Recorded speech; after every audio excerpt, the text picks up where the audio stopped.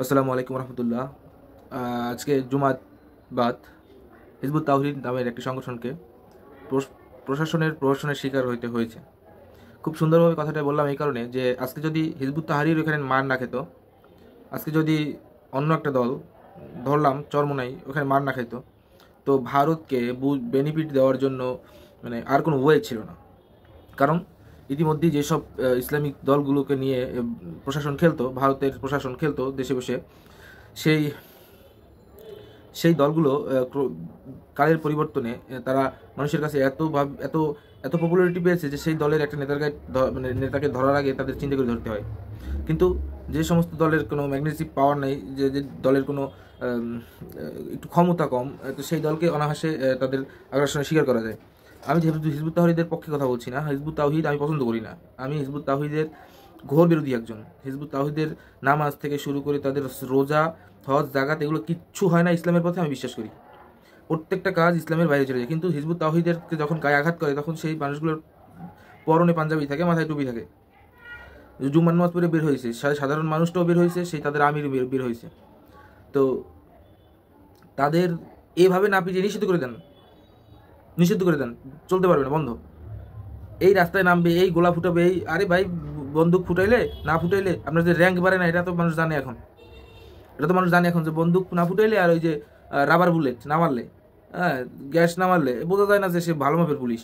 ওই পরীক্ষাটা দেয় আর কি। ওই পরীক্ষাটা দিয়ে তারপরে সে ভারতের সেবাদাস হয়ে কিছু অ্যাচিভ করে নিয়ে যায়। কারণ আপনার একটা গুলি কিনতে হলে, একটা একটা ম্যাগজিন কিনতে হলে যে খরচটা প্রয়োজন, সে সরকার খরচটা আগেই দিয়ে রাখছে।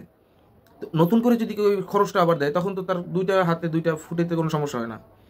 তো যখনই কোনো দাড়ি টুপিওয়ালা মার খাবে, মনে রাখবেন যে এগুলো ভারতের ইন্ধন। প্রত্যেকটা জিনিস, প্রত্যেকটা থানায় ভারতের একটা গোয়েন্দা সংস্থা থাকে, একটা গোয়েন্দার একটা লোক থাকবে প্রত্যেকটা থানায়। এটা তাদের একটা কমন রুটিন, যেটা আমাদের নাই। এখন যদি বলেন যে এই দ্রব্যমূল্য কমায় না কেন, এই সব বিষয় নিয়েই যেই ওই ক্ষমতার চেয়ারটায় বসবে সেই ভারতের সেবাদাস হয়ে বসতে হবে। বিকল্প একটাই, যে সবাই হাতে অস্ত্র দিয়ে দেন, সবাই হাতে অস্ত্র, পাকিস্তানের মতো সবাই হাতে অস্ত্র দিয়ে, আফগানিস্তানের মতো। তারপরে দেখেন কেউ বাচ্চা কে মরে। এটা আর কি সেই কথার মতোই কথা, যে যখন বলছিলাম যে তালেবানরাই এই বাংলাদেশ স্বাধীন করবে, তালেবানরাই স্বাধীন করছে এই দেশ এবং তালেবানরাই চালাইতেছে। সে তালেবান অর্থ ছাত্র, আর তলিবুল এর অর্থ আল্লাহর জ্ঞানের ছাত্র। তো যে সমস্ত পোলাপান সমন্বয় হয়ে গেছে, ওগুলোকে আল্লাহর জ্ঞান মধ্যে মোটেও নাই বলতে পারবেন? 60% বলতে পারবেন?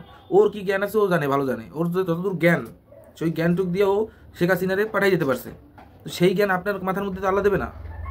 ওর জ্ঞান দিয়েও হাসিনারে পাঠাই যেতে পারছে, ওর জ্ঞান দিয়েও ও সেনাবাহিনীরে ঠান্ডা করতে পারছে। সেনাবাহিনী তো গুলি চালাইছে না প্রথম তো গুলি চালাইছে। তো মূল কথা যে আমি বলতে চাচ্ছিলাম যে হিজবুত তাহরীর যে মাইর খেলো, এই মাইর খেয়ে যে মজা পাইলাম, ওই মজাটা আমি দেখতেছি এইরকম যে যখন শিবির মাইর খেয়েছে, যখন জামাত মাইর খেয়েছে, তখন অন্য মানুষ যখন মজা করছে, ওই মজাটার মতো দেখতেছি। একটা মানুষ মাইর খেলে মজা করা যায়? তোর মনে হয় বিশ্বের মারছে এইসব বৈশা, ওই বরিশাল বৈশা, তখনও ভিডিও বানাইছি, তখনও প্রতিবাদী করছি যে সরমনে পিসেব যে দলের লোক হইতে পারে, তার গায়ে আঘাত করবেন, এটা হয় না, মানা যায় না। এটা আপনি যে কোনোভাবে এটিএম আজহার হুজুরের মুক্তি এখন পর্যন্ত দিতেছেন না। এগুলো পারবে না দিতে, কারণ এটিএম আজহার কে, ওনার নাম তো এটিএম, ওনার ব্যাংক একটা। ওনার মধ্যে যা আছে, ভারত চিন্তা করে যেগুলো যদি সাইডে দিই, তাহলে তো তাদের অস্তিত্ব থাকবে না, অস্তিত্ব বিলীন হয়ে যাবে। এবং যাবে অস্তিত্ব বিলীন যখন আফগানিস্তান, পাকিস্তান ভারতের ঘেরাও দিয়ে, বাংলাদেশ নিয়ে ভারতের ঘেরাও দিয়ে চীনের তার ঠিক হয়ে যাবে। চীনের একটা ঠিক হয়ে যাবে। আমরা শুধু হাতের আঙুল দিয়ে রাখতে হবে যে তিনি পলাই না যেতে পারে, যা করার চীন করে ফেলবে।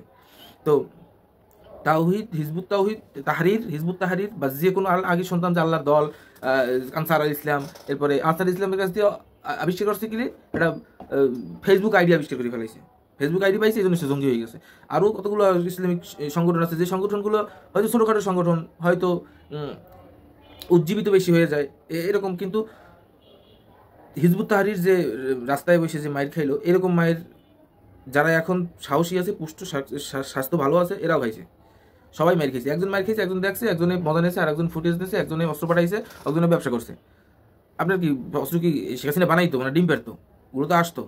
তো সেই অস্ত্রগুলো যে বিভিন্ন কাজে ইউজ করা হয়েছে, এটা আর কি মানে এর চেয়ে যুদ্ধ ভালো।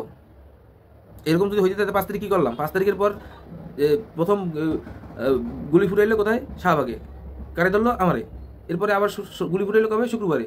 তো শুক্রবারের গুলিটা তো ঠিক আছে, শুক্রবার তো গুলি ফুটাই দেবে, এটা তো ঠিক আছে, কিন্তু দল চেঞ্জ হয়ে গেছে। শাখা চৌধুরী বলছিল যে ওর জমি লিস্ট হয়ে গেছে ওর নামে, ওর জমি লিস্ট হয়ে গেছে ওর নামে।